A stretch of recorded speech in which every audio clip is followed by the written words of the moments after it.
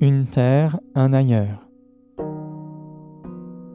Édition 2025 du prix des lecteurs Durance-Luberon Verdon Agglomération.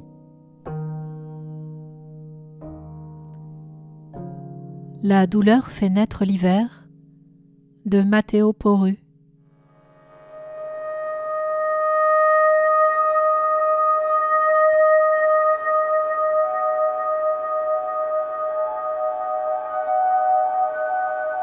Elia Legazov a vécu si longtemps qu'il en a perdu la notion du temps, et de façon si monotone que jamais il ne l'a vu passer.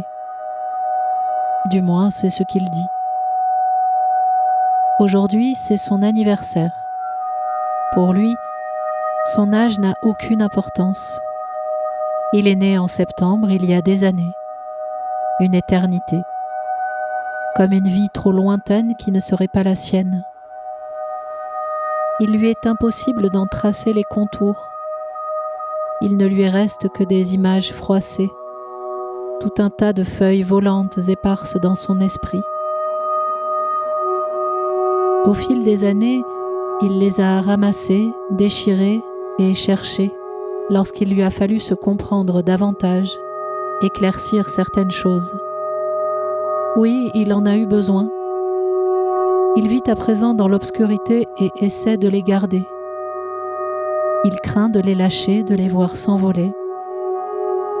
Il les tient fermement pour ne pas se perdre, se jure de les protéger, de ne plus revenir là-dessus.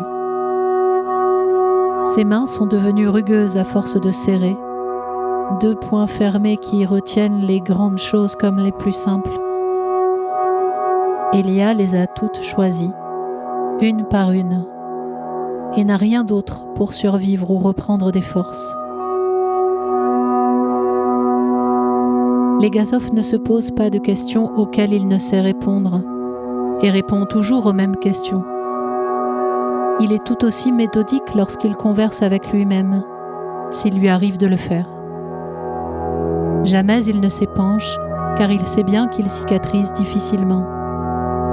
À son âge, il ne prend plus le risque de se blesser. Son âme est fragile et craint ce qui fait mal. Legazov vit le long de la côte. À Yevnibirsk, la mer de Kara est gelée presque toute l'année et les vagues subissent souvent le même sort. Elles se fissurent rarement, au large, lorsqu'un bloc de glace parvient à se débattre, à se faire emporter par le courant qui emmène très loin. Et quand cela se produit, les yeux d'Elia se mettent à palpiter. Il songe à ce bloc de glace destiné à fondre, seul face à l'Arctique, mais libéré du froid et du reste. Alors, il imagine que d'autres se détacheront, puis d'autres encore, qui finiront par fondre et vivre dans l'attente.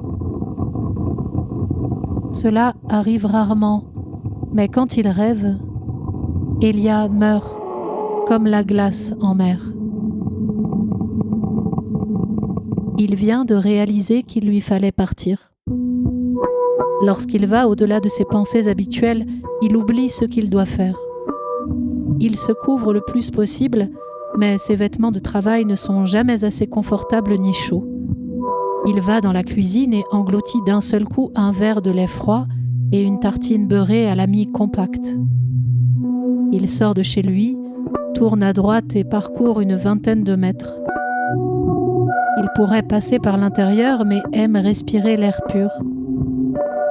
C'est toujours à ce moment-là que, pour la première fois de la journée, Elia Legazov lève les yeux du sol, là où il les a toujours posés. Il regarde le ciel. Il neige.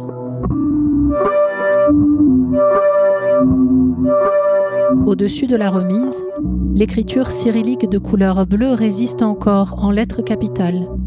Famille Legazov, déneigeur, Yevnibirsk. Pas d'année de fondation, il n'y en a jamais eu tout simplement. Avant qu'elle ne devienne une entreprise, cette activité était née d'une nécessité. La famille pressentait qu'elle perdurerait longtemps, si ce n'est pour toujours.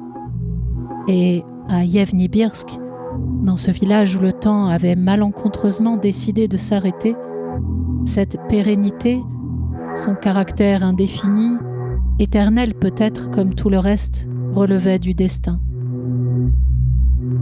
Elia porte les uniformes où est encore brodé le nom de ses parents, et lorsqu'il les enfile, il arbore un regard fier, presque victorieux. Être un Legazov le remplit d'orgueil. Durant toutes ces années, entretenir les machines et désencombrer la voie publique ont toujours eu une certaine valeur.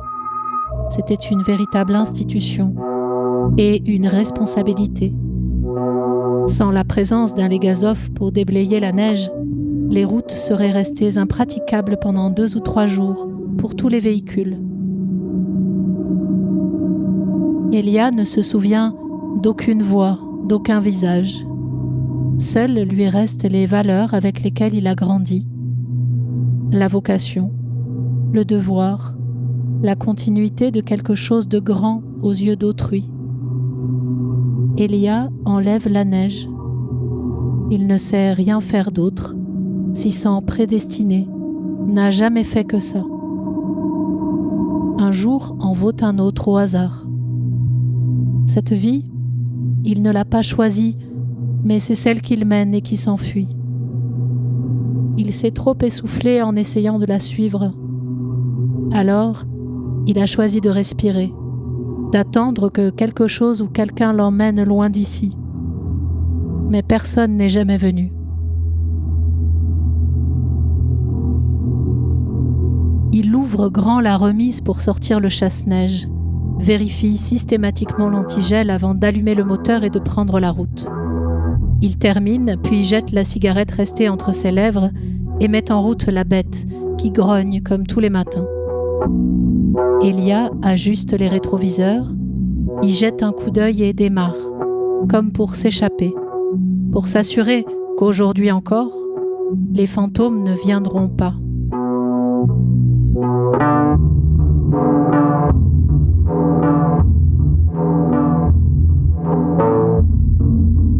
Le type qui s'approche de lui, Elia ne le connaît pas, il ne l'a jamais vu. C'est un étranger.